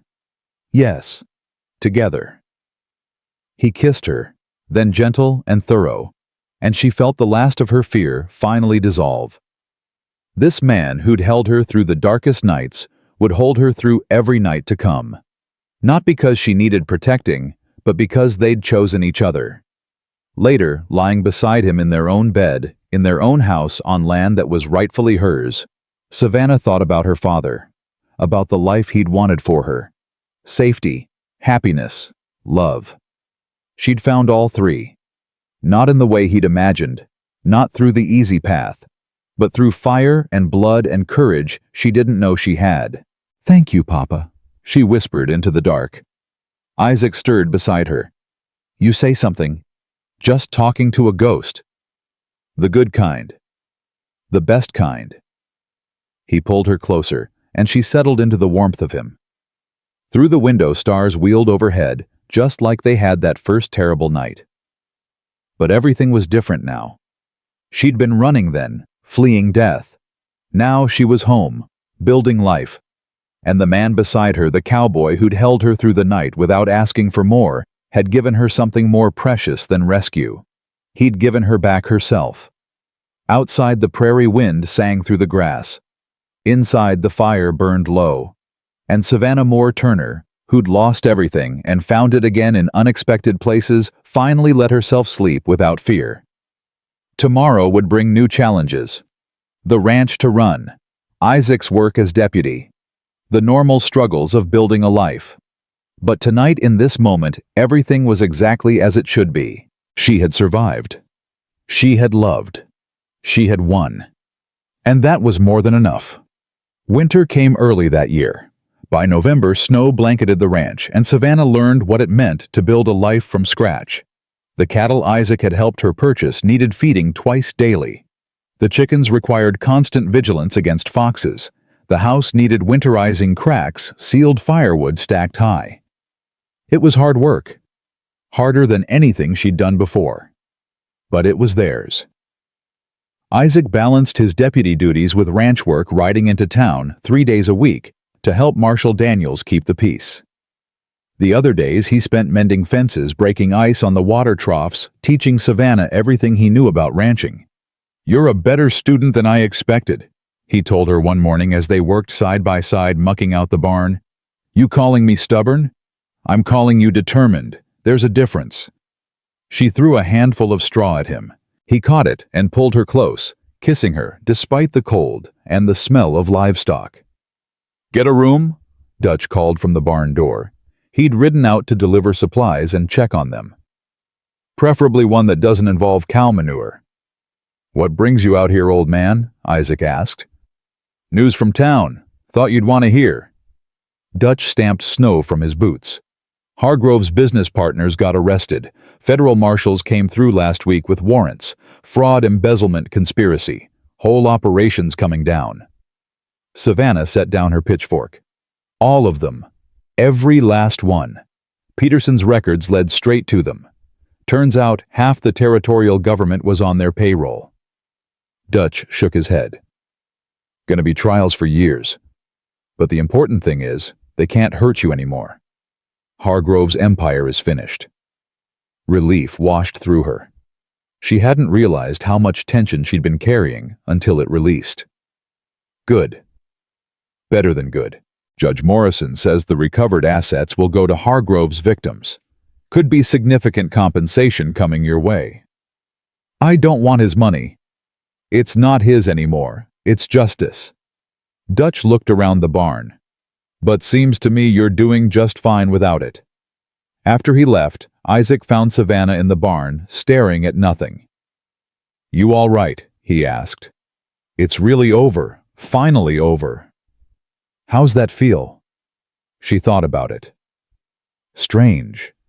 I've spent so long focused on Hargrove, on revenge and justice, that I forgot to think about what comes after. What do you want to come after? This. She gestured around them. The ranch. Us. Maybe a family someday. Normal things. Boring things. Isaac smiled. You think ranch life is boring? Compared to running from hired killers? Absolutely. Give it time. You haven't experienced calving season yet. She laughed and it felt good. Easy. Like maybe happiness wasn't something you fought for, but something you built day by day through small moments and hard work and love that didn't demand anything except presence. Christmas came, and they celebrated at Ida's boarding house with everyone who'd helped them. Dutch brought whiskey again. Miss Sarah made pies. Marshal Daniels told stories about his days as a Texas Ranger. Even Judge Morrison stopped by with a bottle of expensive brandy. To new beginnings, he toasted. To family, Ida added, looking pointedly at Savannah and Isaac. To surviving another year in Wyoming. Dutch contributed, which made everyone laugh. Isaac stood and pulled Savannah to her feet. To my wife who's stronger than she knows and braver than she believes, and to her father, Samuel Moore, who raised a daughter worth fighting for. The room went quiet. Then Ida raised her glass. To Samuel. To Samuel, everyone echoed. Savannah felt tears prick her eyes, but she blinked them back. Papa would want her celebrating, not mourning. Would want her living the life he'd hoped she'd have. Later that night, riding home through fresh snow under a moon so bright it cast shadows, Isaac asked what she was thinking. That I'm happy. Really, truly happy. And it scares me. Why? Because every time I've been happy before something came and destroyed it. The fire. Losing Papa. I keep waiting for the other boot to drop. Isaac reined in the horse, turned to look at her. Listen to me. What happened to you was terrible, but it doesn't define your whole life. You get to choose what comes next, and I promise you, I will spend every day making sure that choice includes joy and safety and love. You can't promise that. Life doesn't work that way. Maybe not. But I can promise to try. To fight for what we're building here. To protect it with everything I've got. He cupped her face. We've already survived the worst. Everything else is just living. She kissed him, then cold and breathless, and let herself believe him. Spring brought new challenges and new hope. The ranch started to thrive. Calves were born healthy. The cattle fattened on fresh grass. Savannah hired 2 ranch hands, young men from town looking for work, and began building a proper operation. Isaac's reputation as deputy grew. He had a gift for de-escalating conflicts, for finding solutions that didn't involve violence. People started coming to him with problems they'd have previously ignored. Property disputes, family troubles, questions about the law. You're good at this, Daniels told him one afternoon. Better than I expected. You've got a future in law enforcement if you want it. I'm thinking about it, but the ranch comes first. Savannah comes first. Smart man, keep your priorities straight and you'll do fine. But not everything was smooth. In late April, a man rode up to the ranch asking for work. Something about him set off alarms in Isaac's head. The way he looked at Savannah. The gun he wore low on his hip. Name's Carter, the man said. Heard you might be hiring. We're full up, Isaac replied, positioning himself between Carter and Savannah. That's a shame. Nice spread you got here. Shame if something happened to it. Isaac's hand moved toward his gun. You threatening us? Just making an observation. Carter smiled, cold and mean. Word is you testified against some powerful men. Made enemies. Those men have friends. Friends who might be looking for payback. Hargrove's partners are in jail. Some of them. Others are still free, still angry. Carter's smile widened. But I could provide protection for a reasonable price. Get off my land, Savannah said, stepping forward despite Isaac's warning hand. Now. Lady, I'm trying to help you. You're trying to extort us. There's a difference. She grabbed the rifle leaning against the porch. You've got 10 seconds to leave before I shoot you for trespassing. Carter's expression hardened. You're making a mistake. The only mistake is you thinking we're easy targets. Isaac's gun was out now. Ride away, don't come back, and tell whoever sent you that we're done being scared. Carter spat in the dirt. Your funeral. Then he turned his horse and rode off. After he left, Savannah was shaking. Isaac took the rifle gently from her hands. You all right? No, I thought it was over. Thought we were safe. We are. That was just intimidation. Empty threats from desperate men. You don't know that. I do. Because if they were serious about hurting us, they wouldn't have sent someone to warn us first. He pulled her close. But we'll take precautions. I'll talk to Daniels. We'll keep watch. And if anyone tries anything, they'll regret it. True to his word, Isaac increased security. The ranch hands took turns on night watch. Daniels sent his deputy to patrol the area regularly. Isaac taught Savannah more advanced shooting, including how to handle a rifle at distance. I don't want to live in fear, she told him one night as they practiced. You're not. You're living prepared. There's a difference. Weeks passed and nothing happened. Carter didn't return. No mysterious riders appeared. Life went back to normal. Then in June, Savannah realized she was pregnant. She'd suspected for a few weeks, but hadn't said anything. Hadn't wanted to get Isaac's hopes up. But when Dr. Hammond confirmed it, she couldn't keep the secret any longer. She waited until evening, until they were sitting on the porch watching the sunset, to tell him. Isaac, I need to tell you something. He turned immediately alert. What's wrong? Nothing's wrong.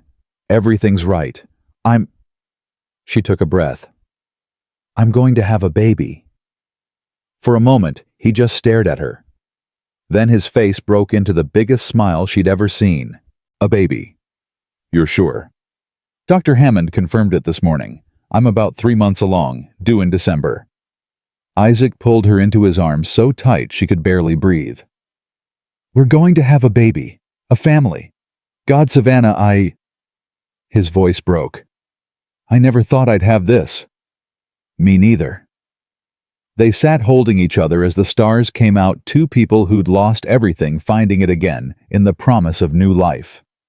The pregnancy changed things. Isaac became almost comically protective. He didn't want Savannah doing heavy work, riding too hard, staying up too late. She had to fight him just to maintain basic ranch duties. I'm pregnant, not dying, she told him after he'd insisted on carrying a bucket of feed she could easily handle herself. I know, but what if you strain something? What if you let me be pregnant my way and you be supportive your way? This is me being supportive. This is you being smothering. They argued about it, made up, argued again. Found a compromise where she promised to be careful and he promised to stop hovering quite so much.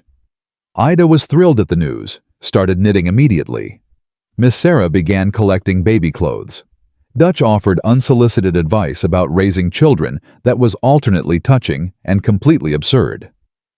When my daughter was born, he said one evening, I sang to her every night. Irish lullabies my mother taught me, kept her calm. Dutch, you can't carry a tune in a bucket, Isaac said. Didn't matter. It's the effort that counts. As summer progressed, Savannah's body changed. Her belly grew round. She felt the baby move for the first time in July, a flutter like butterfly wings, and cried from joy. Isaac talked to her stomach every night, telling the baby about the ranch, about their plans, about how loved they already were. "Think it can hear me?" he asked. "I think so. Dr. Hammond says babies recognize voices." "Good. Want them to know their papa's voice before they even arrive." One August evening, as they were sitting on the porch, Savannah said something that had been building in her for weeks. "I want to name the baby Samuel if it's a boy." Isaac looked at her. "After your father?" "Yes, he should be remembered. His legacy should continue." "And if it's a girl?" "Grace. Because that's what brought us through everything. Grace we didn't deserve but got anyway." Isaac took her hand. "Samuel or Grace Turner. Both sound perfect." The threat Carter had represented seemed to fade into memory. Months passed without incident. Isaac began to believe maybe they really were safe. Then in September, everything went sideways. Isaac was in town at the marshal's office when a rider came in horse-lathered and exhausted. "There's trouble at the Turner Ranch," the man gasped. "Armed men. I was passing by and heard gunshots." Isaac didn't wait. He grabbed his rifle, mounted his horse, and rode harder than he'd ever ridden before. Please, he prayed. Please let her be all right. The ranch came into view, smoke rising, men on horseback circling. His heart stopped. Then he saw Savannah. She was barricaded in the barn with the two ranch hands, rifle in hand, firing at the attackers. 3 men down in the yard, more circling, looking for an opening. Isaac's vision went red. He came in from behind, rifle blazing, dropped 1 man from the saddle, wounded another. The attackers turned suddenly, facing threats from 2 directions. "Federal Marshal!" Isaac shouted, though it was a lie. "Drop your weapons." 2 men did. The others ran. Isaac didn't pursue. He rode straight to the barn, dismounted before his horse even stopped, and burst through the door. Savannah was standing, rifle still raised, breathing hard, blood on her sleeve. "Are you hurt?" he demanded. "Just a graze. I'm fine. The baby's fine." He pulled her into his arms, shaking. "I thought I lost you." "You didn't. I fought back, like you taught me." The ranch hands emerged, both unharmed. Daniels arrived minutes later with deputies. They rounded up the attackers who'd surrendered and got their story. They'd been hired by one of Hargrove's former partners, a man named Blackwell, who'd escaped arrest and was living in hiding. He'd sent them to make an example, to punish Isaac and Savannah for testifying. "Where is Blackwell now?" Daniels demanded. "Hiding somewhere in the territories. We don't know where." "Then you're going to help us find him, because the alternative is hanging for attempted murder." They talked. By nightfall, Daniels had enough information to issue warrants and send word to federal marshals. Within 2 weeks, Blackwell was arrested in Colorado. The threat was finally truly over, but the attack had shaken something in both of them. That night, lying in bed, Savannah said what they were both thinking. "I can't keep doing this. Can't keep waiting for the next threat. Can't raise a child in fear." "I know. So what do we do?" Isaac was quiet for a long time. "We live anyway. We don't let them win by making us scared. We build the life we want and we defend it. Together. Promise me something. Anything. Promise me that when this baby comes, we'll give them a childhood full of love and safety and normal things. No running, no hiding, just life." "I promise." He kissed her forehead. "And I'll keep that promise even if I have to face down every criminal in the territory." December brought snow and a baby girl. The labor was long and hard. Isaac paced the parlor while Dr. Hammond and Ida worked upstairs. Dutch and Daniels kept him company, plying him with whiskey he couldn't taste. "First baby's always the hardest," Dutch said. "But your woman's strong. She'll be fine. She's been through too much already. If something happens..." "Nothing's going to happen. Have faith." Just before dawn, a baby's cry pierced the house. Isaac took the stairs 3 at a time, burst into the room to find Savannah exhausted but smiling, holding a tiny bundle. "Meet your daughter," she said. He approached slowly, reverently. The baby was tiny, red-faced, perfect. When he touched her hand, she gripped his finger tight. "Hello, Grace," he whispered. "I'm your papa." The baby's eyes opened dark blue like her mother's, and something in Isaac's heart cracked open. All the walls he'd built, all the protection he'd maintained, just dissolved. "I love you," he told his daughter. "I'll keep you safe. Always." Savannah watched them, tears streaming down her face. "We did it. We made a family." "Yeah, we did." The first year with Grace was hard. Sleepless nights, constant worry. Learning to be parents on top of running the ranch and Isaac's deputy work. But it was also the best year of their lives. Grace grew fast and strong, started smiling at 2 months, laughing at 4. By her first birthday, she was trying to walk, stumbling around the house with determination that reminded everyone of her mother. The ranch prospered. Word spread that the Turners ran an honest operation that treated workers fairly. They hired more hands, expanded the herd, became one of the most successful ranches in the territory.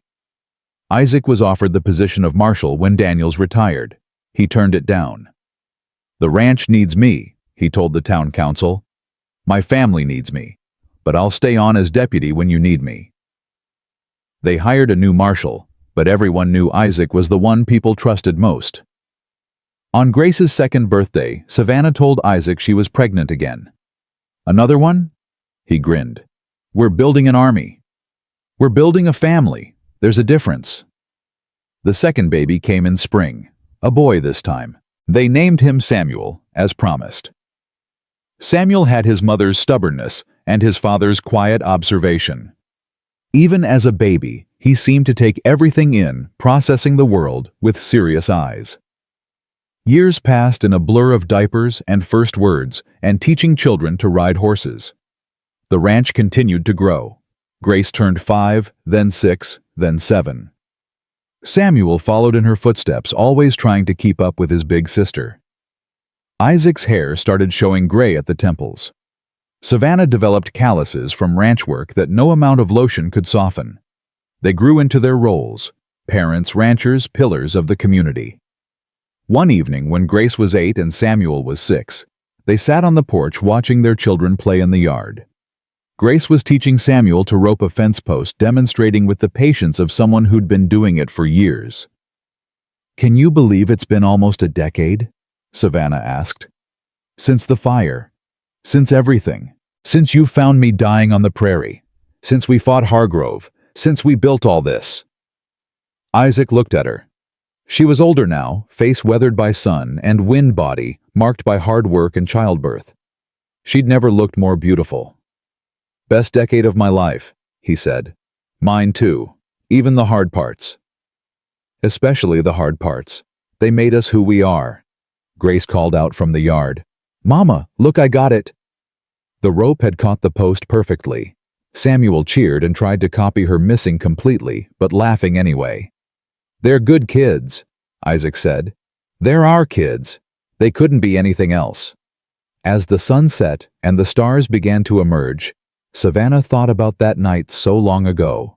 The fire, the flight, collapsing under these same stars, certain she would die. Then Isaac's hands lifting her, his voice promising safety. That first night in the line shack when he'd held her without asking for more. She'd been so scared then, scared of everything death meant, the future.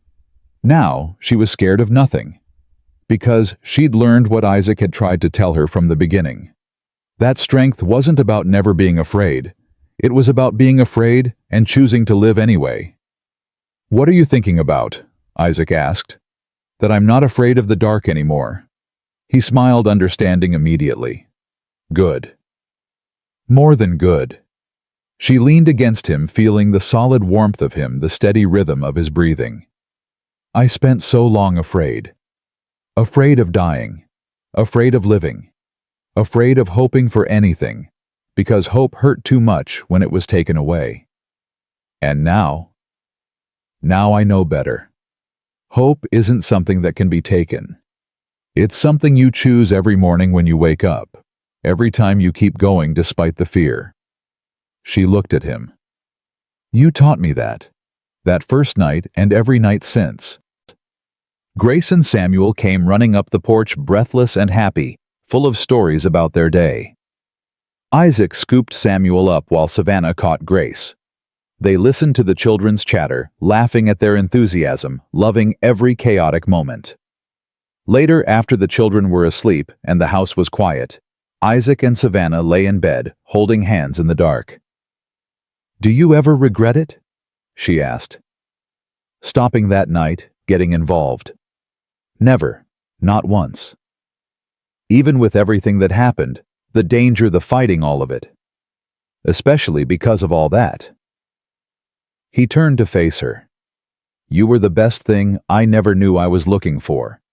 And everything we went through just proved we were meant to find each other. That's romantic nonsense. Maybe, but it's true nonsense. She laughed and kissed him. After all these years, his kiss still made her heart race, still made her feel safe and wanted and home. "I love you," she whispered. "I love you too." They fell asleep like they'd slept that first night together, holding on, choosing each other in the darkness. And in the morning, when sun streamed through the windows and children's laughter filled the house, and the ranch waited for another day of hard work and honest living, Savannah Moore Turner woke up grateful. Grateful for survival, for justice, for love that had asked for nothing but given everything. She had never slept beside a man until that cowboy held her through the night without asking for more. Now in his arms every evening she had found everything she was ever meant to find. Safety that didn't require hiding. Justice that came through courage, not revenge. Love that was sanctuary, not possession. And a life, messy, beautiful, hard-won, that was completely and perfectly hers. The darkness that had once terrified her had become just another part of the day, because she'd learned the truth that fear had tried to hide. Dawn always comes for those brave enough to wait for it.